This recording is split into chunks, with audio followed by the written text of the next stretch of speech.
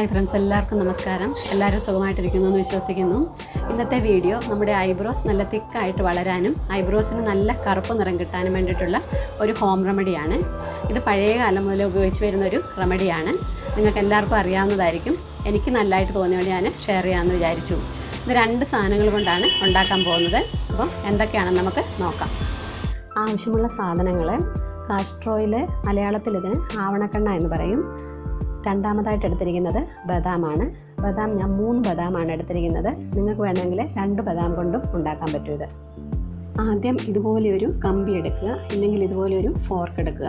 എന്നിട്ട് ഇതിലോട്ട് ഓരോ ബദാമും കുത്തിയെടുത്ത് ഗ്യാസ് ഓൺ ചെയ്ത് ഗ്യാസിൽ വെച്ച് ഇതുപോലെ കരിച്ചെടുക്കുക.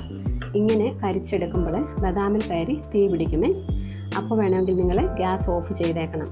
ബദാമിൻ്റെ ഉൾവശമൊക്കെ നല്ലതുപോലെ കരിയണം, അല്ലെങ്കിൽ പൊടിച്ചെടുക്കാൻ ബുദ്ധിമുട്ടാകും.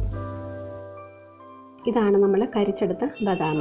ഇനി ഇതിലോട്ടിട്ട് നമുക്കൊന്ന് പൊടിച്ചെടുക്കാം. പൊടിച്ചെടുത്ത് കഴിയുമ്പോൾ ഇതുപോലൊക്കെ ഇരിക്കും. അത് കഴിഞ്ഞ് ഒരു ബൗളെടുത്ത് 1/2 സ്പൂണ് കാസ്റ്റർ ഓയിൽ ഒഴിക്കുക. അതിലോട്ട് ഈ പൊടിച്ച വെച്ച ബദാം ഇട്ട് കൊടുക്കുക. എന്നിട്ട് നന്നായി മിക്സ് ചെയ്യുക. ഇതിൽ നിങ്ങൾക്ക് വേണമെങ്കിൽ ബദാം ഓയിൽ ആഡ് ചെയ്യാം, അതുപോലെ അലോവേര ജെല്ല് വേണമെങ്കിൽ ആഡ് ചെയ്യാം.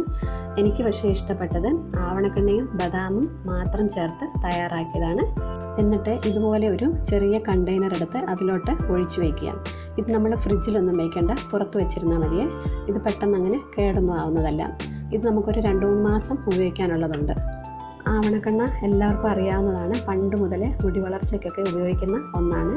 അതുപോലെ ബദാം പൊടിച്ചത് നമ്മൾ ഇതിൽ മിക്സ് ചെയ്തത് ഐബ്രോസിന് നല്ല കറുപ്പ് കളർ കിട്ടാൻ വേണ്ടിയിട്ട് നല്ല ഒന്നാണ്. ഇത് നിങ്ങൾ ഒരു ദിവസം ഉപയോഗിച്ചിട്ട് ഐബ്രോ അടുത്ത ദിവസം വളർന്നോന്ന് നോക്കരുത്. ഇത് കുറേ ദിവസം കണ്ടിന്യൂസ് ആയിട്ട് ഉപയോഗിക്കുമ്പോഴാണ് നമുക്ക് റിസൾട്ട് കിട്ടുന്നത്. ഇതുപോലെ നല്ല ഷേപ്പിൽ വേണം അപ്ലൈ ചെയ്യാൻ. നമ്മുടെ ഐബ്രോസിൻ്റെ ഒരുപാട് മുകളിലോട്ടും താഴോട്ടുമായിട്ട് നമ്മൾ അപ്ലൈ ചെയ്യരുത്. അപ്പോൾ ഒരു ഷേപ്പില്ലാതെ ഐബ്രോസ് വളരും. ഇത് നമ്മുടെ ഐബ്രോസിന് തന്നെയല്ല, കൺപീലികളിലും അപ്ലൈ ചെയ്യാൻ നല്ലതാണ്. ഐബ്രോസും കൺപീലികളുമൊക്കെ നന്നായി വളരാനും നല്ല കറുപ്പ് നിറം കിട്ടാനും കൺപീലികളുടെയും ഐബ്രോസിൻ്റെയും ഒക്കെ കൊഴിച്ചിൽ തടയാനും ഒക്കെ നല്ല ഒരു റെമഡിയാണ്. എങ്ങനെയാണ് തയ്യാറാക്കിയതെന്ന് കണ്ടല്ലോ. ഇനി ഇതെങ്ങനെയാണ് ഉപയോഗിക്കുന്നതെന്ന് പറയാം. ഇത് നമ്മൾക്ക് പകൽ വേണമെങ്കിൽ രാത്രി വേണമെങ്കിൽ ഇത് നമുക്ക് പുരികത്തിൽ അപ്ലൈ ചെയ്യാം. ജോലിക്ക് പോകുന്നവരൊക്കെ രാത്രിയിൽ അപ്ലൈ ചെയ്തിട്ട് കിടക്കുക, രാവിലെ എണീറ്റ് വാഷ് ചെയ്താൽ മതി. പകൽ വീട്ടിലിരിക്കുന്നവർക്ക് പകൽ വേണമെങ്കിൽ ഇത് അപ്ലൈ ചെയ്യാം. എത്ര നേരം വേണമെങ്കിൽ ഇത് ഐബ്രോസിൽ വെച്ചിരുന്നാലും കുഴപ്പമൊന്നും ഉള്ളതല്ല. ഇത് നമ്മൾ ഐബ്രോസിൽ അപ്ലൈ ചെയ്യുമ്പോൾ നല്ല ഷേപ്പിൽ ചെയ്യാൻ നോക്കണേ.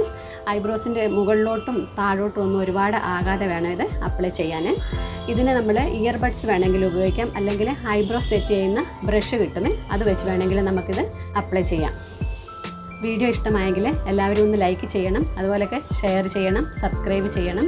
സബ്സ്ക്രൈബ് ചെയ്യുമ്പോൾ അതിനടുത്ത് ബെല്ലൈക്കൺ ഉണ്ട്, അതുകൂടി ഒന്ന് പ്രസ് ചെയ്താൽ ഞാനിടുന്ന വീഡിയോസിൻ്റെ നോട്ടിഫിക്കേഷൻ എല്ലാം നിങ്ങൾക്ക് കിട്ടും.